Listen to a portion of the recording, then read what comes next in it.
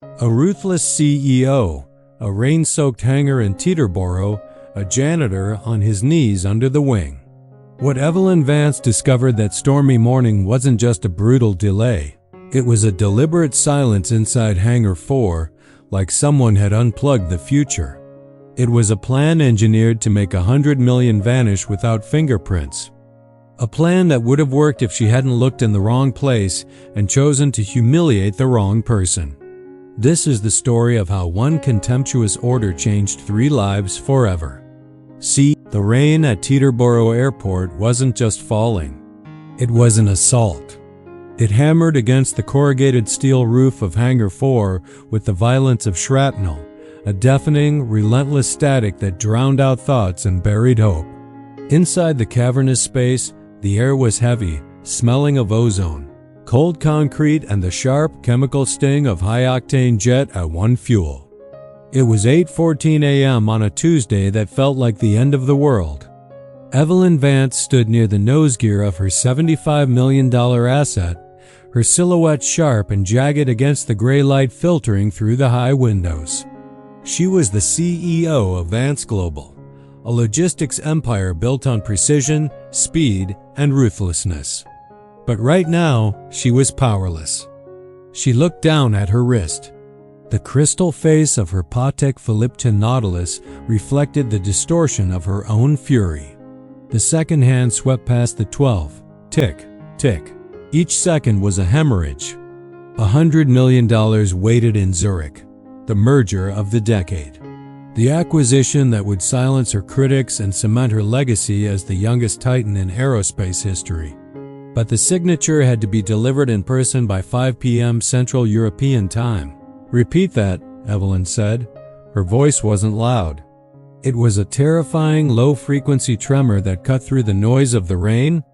Harris, her chief of staff, looked like a man facing a firing squad. He clutched his tablet to his chest as if it could stop a bullet. He swallowed, his Adam's apple bobbing nervously against a collar that was suddenly too tight. It's viral gastroenteritis, Ms. Vance," Harris stammered, his voice cracking. "Captain Miller collapsed in the hotel lobby 20 minutes ago. He's at Presbyterian Hospital on an 4 drip. The doctors say he can't stand up without vertigo. He certainly can't fly a transatlantic crossing." Evelyn closed her eyes. She saw the boardroom in Zurich. She saw the empty chair. She saw the stock price of Vance Global plummeting as the news broke that the logistics queen couldn't even deliver herself to a meeting. "The reserve," she snapped, opening her eyes. They were cold, predatory. "Get the reserve pilot." "We tried," Harris whispered, swiping frantically at his screen. "Ground stop in Chicago. Weather delay in Atlanta. The nearest certified commander for a Global 7500 is 6 hours away. We only have Jenkins." They both looked toward the cockpit stairs. Jenkins stood there, a 24-year-old first officer who looked like he had been dressed by his mother for the first day of school. He was pale, shaking, and radiating the scent of fear. He had the license, but he didn't have the stripes. Aviation law was absolute. He could not take off without a certified pilot in command in the left seat. The silence that followed was heavy, suffocating. The massive bombardier jet, a masterpiece of engineering capable of Mach 0.925, was nothing more than a sculpture. Dead weight. The hangar lights flickered once, as if the building itself was tired of holding its breath. Somewhere deeper in the facility, a maintenance alarm chirped, one sharp beep, then silence, lost under the roar of rain. Evelyn didn't notice. Her world had narrowed to one thing: time. Harris's tablet vibrated again. He glanced at it, then hesitated, as if the screen had grown teeth. "It's Zurich," he said. Evelyn's head snapped toward him. "Put it on speaker." Harris swallowed, tapped the call, and a voice filled the hangar office speakers, crisp, accented, and utterly unforgiving. "Ms. Vance," the voice said, "this is Dr. Keller, counsel for Helvetic Aero. We have the board assembled. We have the documents. We do not have you." Evelyn stepped closer, rainwater dripping from her coat onto the concrete like a countdown. "I'm on my way." There was a pause on the line, just long enough to feel like a judgment. "Your aircraft has not moved," Keller replied. "Our analysts track transponders. Your jet is still in Teterboro." Harris flinched. Jenkins stared at the cockpit stairs like they were the mouth of a cave. Evelyn's jaw tightened. "Weather delay." "Weather is not a clause," Keller said, "and neither is misfortune. The signature deadline is 17 o'clock CET. If you fail to appear, the deal dissolves and the exclusivity window closes. There are other bidders, competitors with cleaner reputations." Evelyn's eyes went glassy for half a second, then sharpened again. "You're threatening me?" "I'm stating facts," Keller answered. "And one more fact. If you miss this, the board will interpret it as weakness." "Weakness spreads faster than any virus." The line clicked dead. "If you believe integrity is worth more than any payoff, hit like right now. And if you're new here, subscribe for emotional stories about courage, impossible choices, and second chances, because in this hangar, the grease stain Evelyn is about to humiliate isn't who he seems. And the next 5 minutes will decide a $100 million deal." For a moment, nobody moved. Even the rain felt louder, like it knew it had the floor. Harris kept staring at the speaker as if the voice might come back and finish the execution. Jenkins's hands hovered near his tie, then dropped, then hovered again, his body searching for something to do that wasn't panic. Evelyn didn't blink. She just looked at the Global 7500 like it had betrayed her personally. And then she did something that made the entire hangar tighten. She smiled, not warmth, not humor. A controlled, razor-thin curve that meant she'd stop negotiating with reality. For a moment, Evelyn didn't move. Her breath came slow, controlled, almost silent, like a diver preparing to go under. Then she turned to Harris. "How many people in this building are depending on this merger?" she asked. Harris blinked, caught off guard by the question. "Thousands, Ms. Vance, across operations, payroll, contracts, pensions." "Good," Evelyn said. The word sounded like a verdict. "Then we do not fail." She paced once, 2 steps, then stopped. Her eyes darted to the Global 7500's fuselage, to the cockpit windows, to the hangar doors that looked smaller in the storm. The jet was a predator trapped in a cage. Jenkins cleared his throat, voice thin. "Ma'am, even if we had a captain the crosswind," Evelyn cut him off with a look. "Do not speak to me about wind. Speak to me about solutions." Harris raised a trembling finger. "There is one other option." Evelyn's head tilted. "Say it." Harris lowered his voice instinctively. "We could charter. Wheels up out of Morristown. But we'd need ground transport, slot coordination, and we'd still lose hours. And the storms are moving east. There's a non-zero chance Europe diverts." Evelyn stepped into his space, close enough that Harris could smell the cold metal of her anger. "So you're telling me there is no option?" Harris shook his head. "I'm telling you every option is bleeding time." Evelyn stared at the Global 7500 again. Her reflection stretched along the glossy paint like a distorted ghost. She was a woman who had bullied the world into obeying schedules. And now the world had answered with thunder. Her gaze fell lower to the ground crew moving like ants in the storm-lit hangar, small bodies under big machines, doing work no one applauded. She watched hands tighten bolts, wipe surfaces, secure equipment. The invisible machinery behind her empire. That's when she saw him. Under the left wing, partly swallowed by shadow, a man was kneeling, scrubbing. Not because someone told him to, because he couldn't tolerate a flaw left behind. Evelyn's eyes narrowed. "Who is that?" she asked. Harris followed her stare. "That's Mason Ford, one of the cleaners." Evelyn started walking, fast, purposeful, like a storm given heels. Evelyn felt the rage boiling over. It was a physical thing, a heat rising in her chest. She needed an outlet. She needed to break something, or someone, to balance the chaos in her mind. Her eyes scanned the hangar floor, and then they stopped.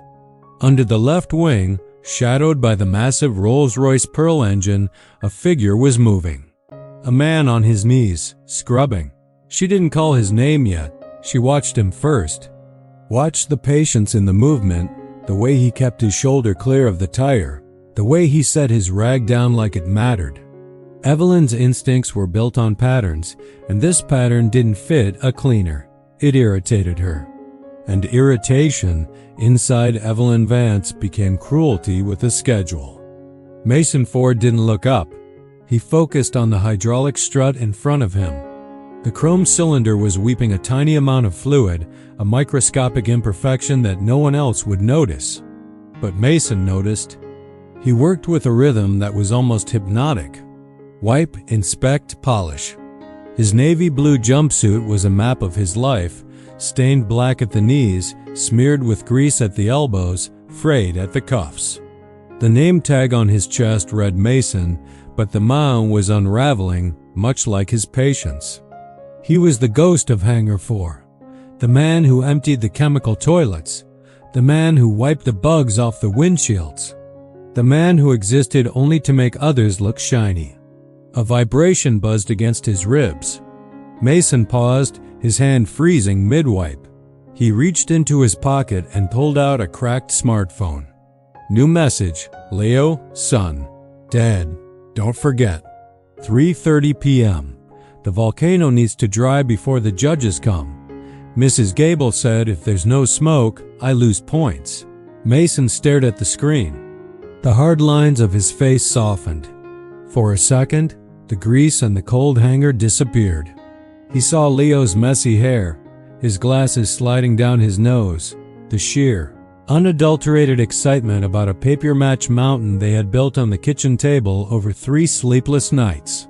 Mason typed back with thumbs that were scarred and thick. Copy that, Commander. Smoke is confirmed. I'll be there. T-minus 7 hours. He pocketed the phone. That promise was the only thing holding his gravity together. He had missed birthdays when he was deployed. He had missed anniversaries. But since the accident, since he became a civilian, he had never broken a promise to his son. Mason's rag moved in small circles, steady as a metronome. The hydraulic strut wasn't technically his responsibility.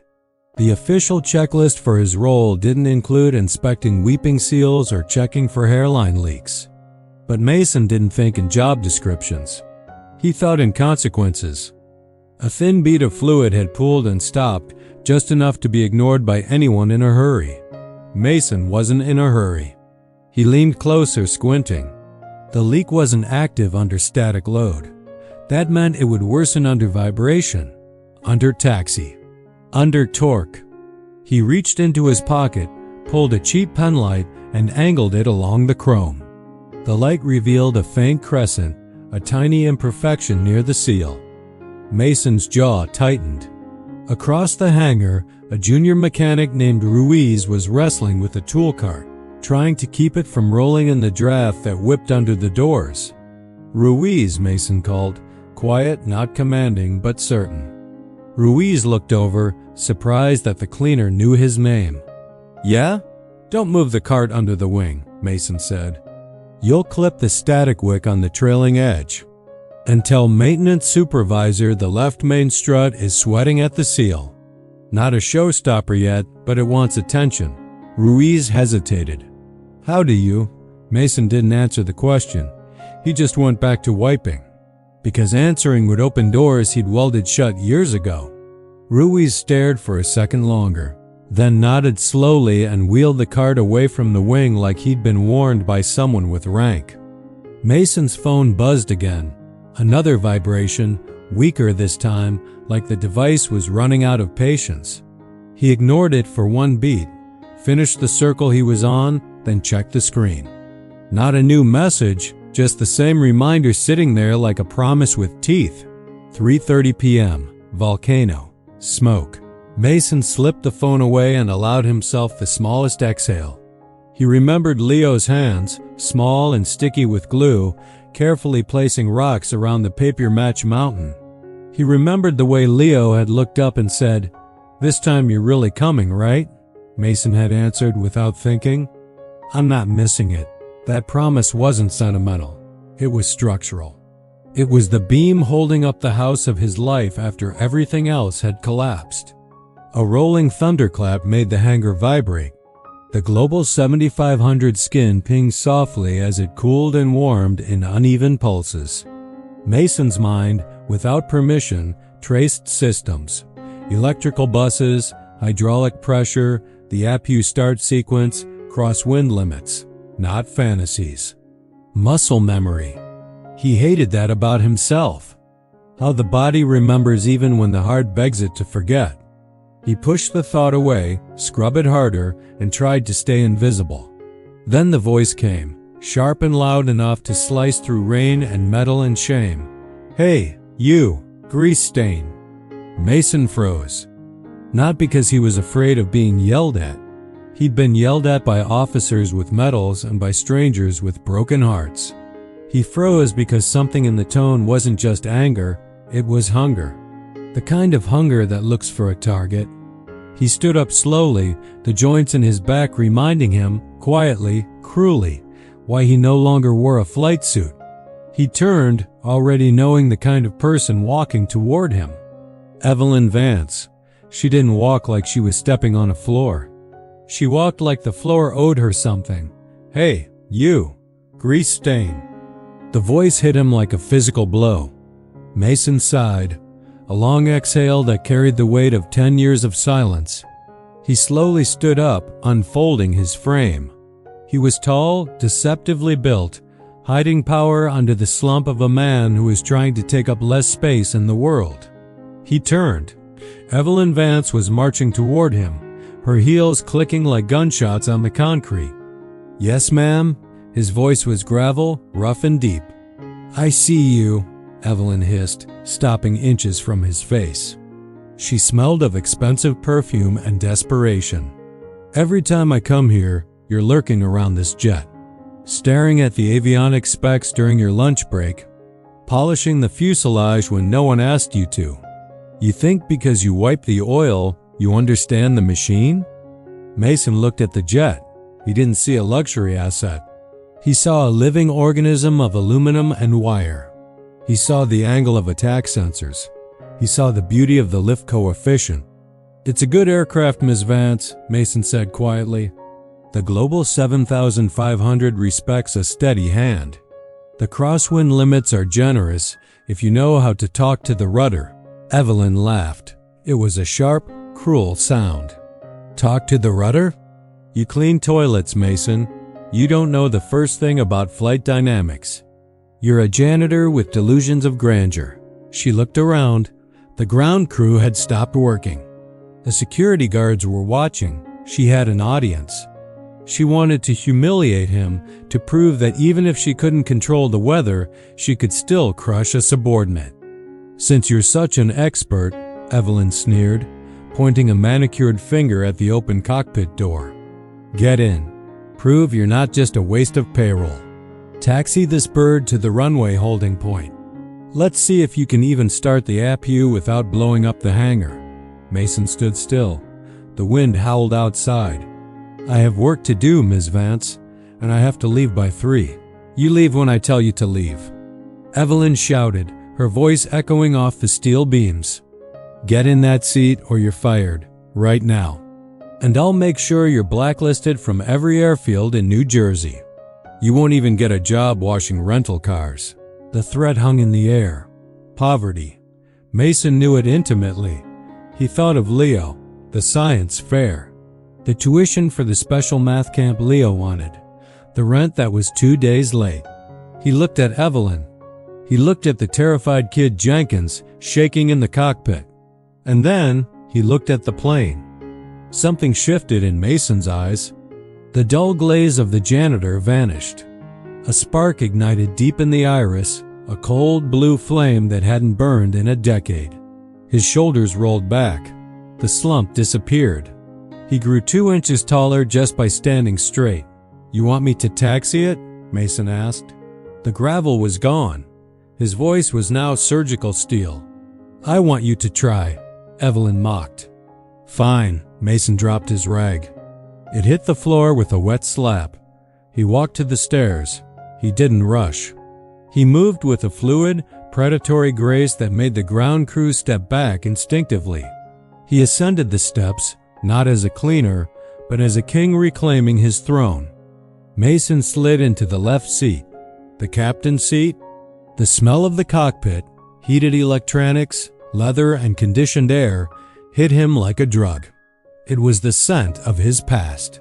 The scent of the life he had buried in the desert sand 10 years ago. Jenkins, in the right seat, stared at him with wide, panic-stricken eyes. "Mr. Ford?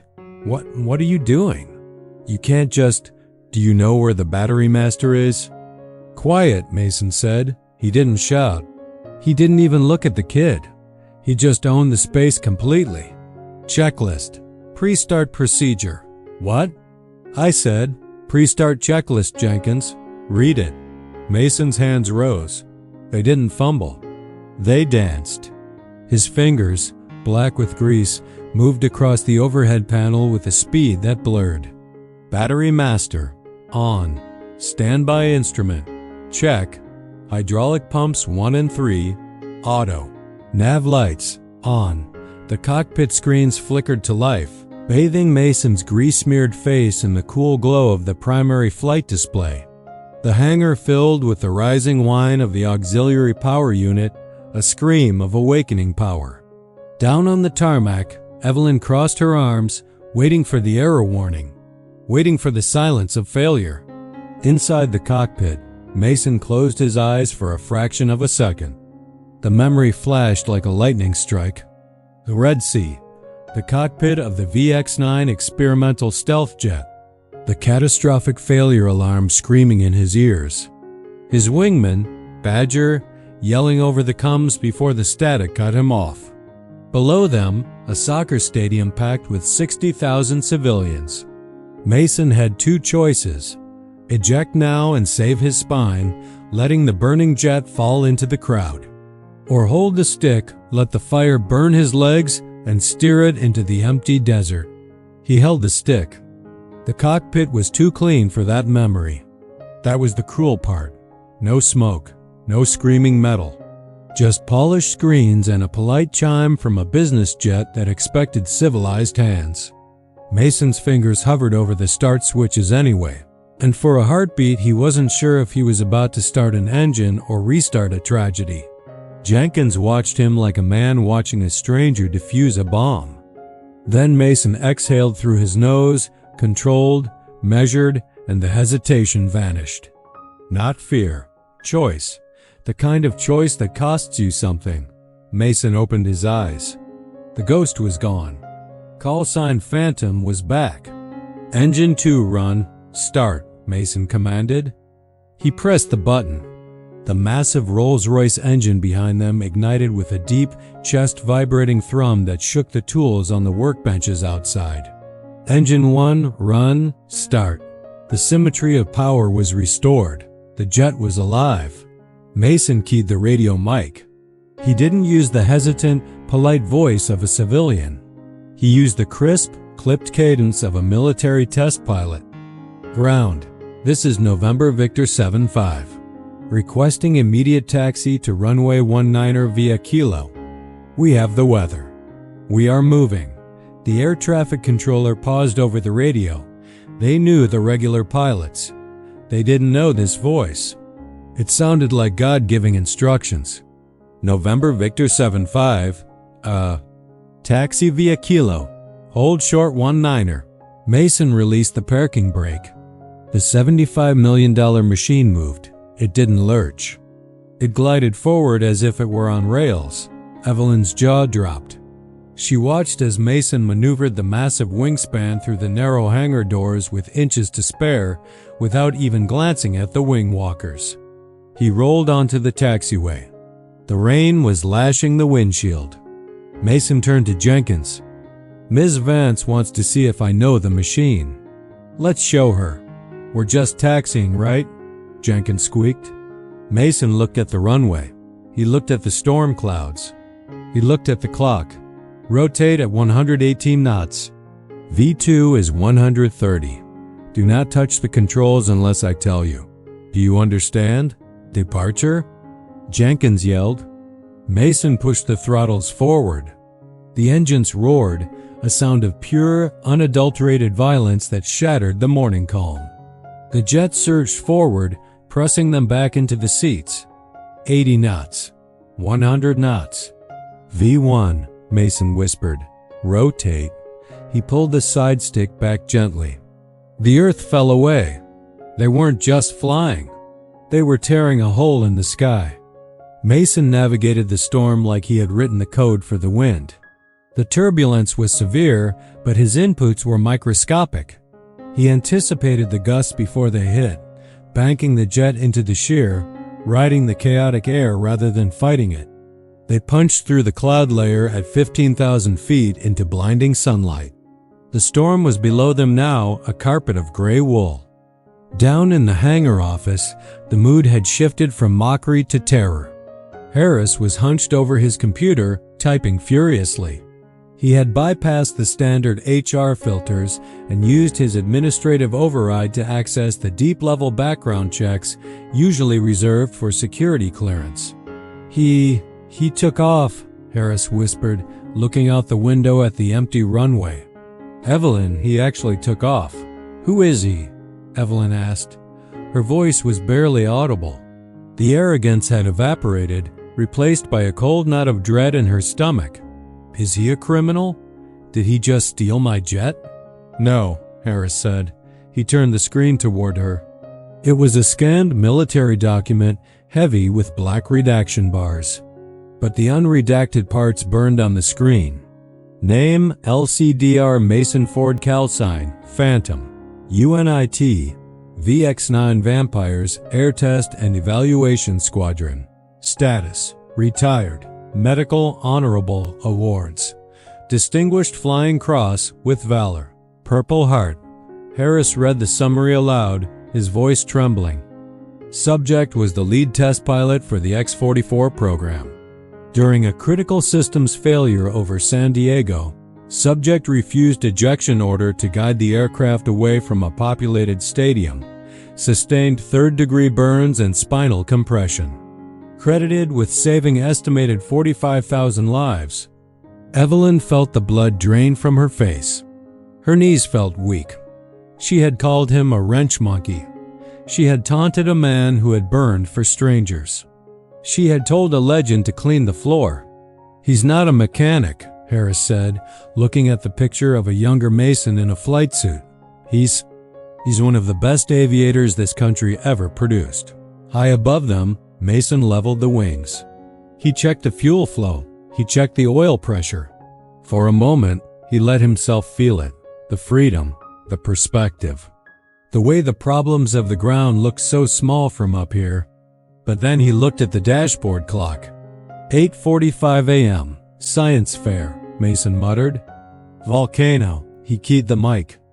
New York approach, November 7-5 requesting immediate return vectors. Test flight complete. Returning to base. The landing was poetry. Mason brought the 45-ton beast down through the crosswinds, crabbing the nose sideways until the very last second.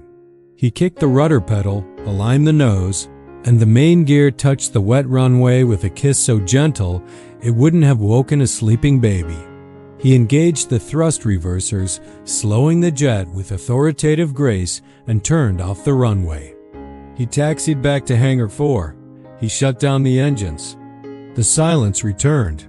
Mason unbuckled his harness. He picked up his dirty cap from the console, put it on, and walked out of the cockpit. When Mason came down the stairs, the atmosphere in the hangar had changed. It was electric. The entire ground crew, mechanics, loaders, fuelers, had stopped working. They stood in a semicircle, looking at him not as Mason the cleaner, but as something else entirely. Evelyn Vance stood at the front. She looked smaller. Her arms were uncrossed. She held the tablet with his file against her chest. Mason walked toward her.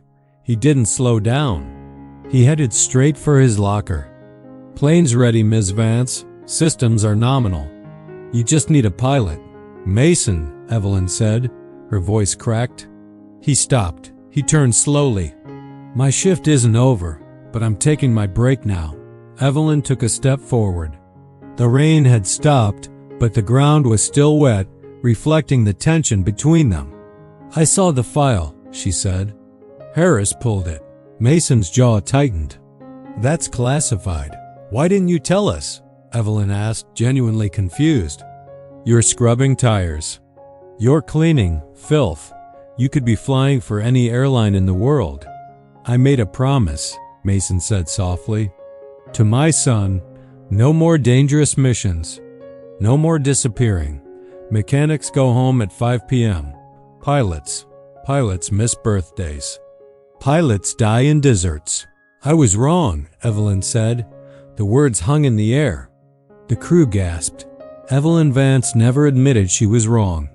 "I was arrogant, and I was cruel, and right now I am desperate. You know the situation. If I don't get to Zurich, this company and everyone's jobs here could go under. Please, fly the leg." Mason shook his head. "Can't do it. Leo's science fair is at 3:30. I promised I'd help him set up the eruption." Evelyn looked at him. She saw the immovable object. Money wouldn't move him. Fear wouldn't move him. "I'll fund his education," she blurted out. "Full ride, a trust fund. Harvard, MIT, wherever he wants to go. Today, irrevocable." Mason paused. He thought of the struggle, the coupons, the second-hand clothes, the fear that Leo wouldn't reach his potential because his dad was just a mechanic. "And the crew," Mason said, gesturing to the men behind him in dirty jumpsuits.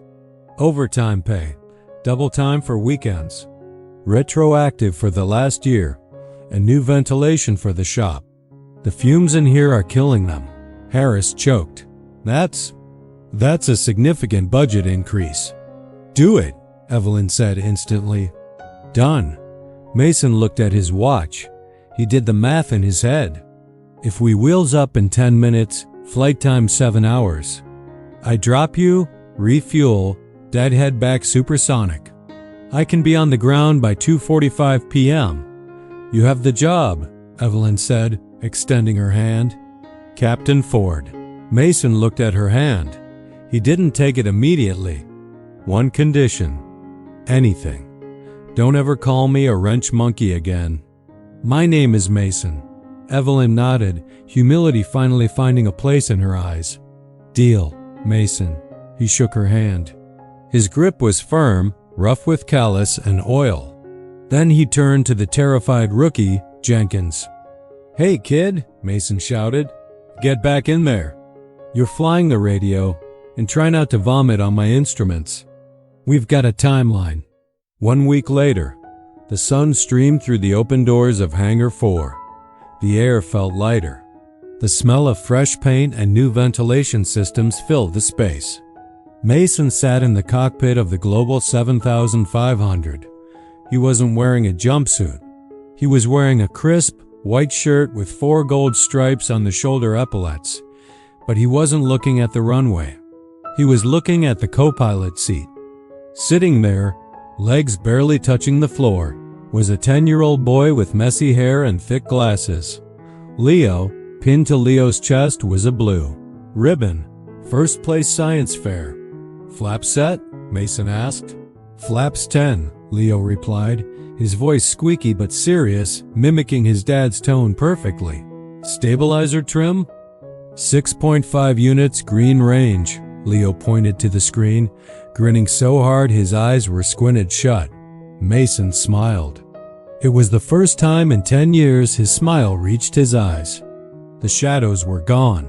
The phantom wasn't haunting him anymore. The phantom was flying again, but this time he wasn't running from death. He was flying toward life. Outside, Evelyn Vance walked by the nose of the plane. She looked up. She saw the man and the boy. She didn't bark orders. She simply touched 2 fingers to her forehead in a salute and walked on. Mason put his hand over Leo's hand on the throttle quadrant. "Ready for engine start, Commander?" Leo looked up at his dad, his hero.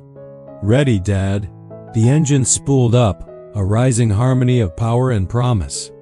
Mason released the brakes. "Let's fly." Mason proved that your current job title doesn't define your true worth. He chose his son over his ego, and in the end, he won both. What would you have done in that hangar? Would you have walked away or taken the pilot's seat? Tell me in the comments below. What is the one promise you will never break?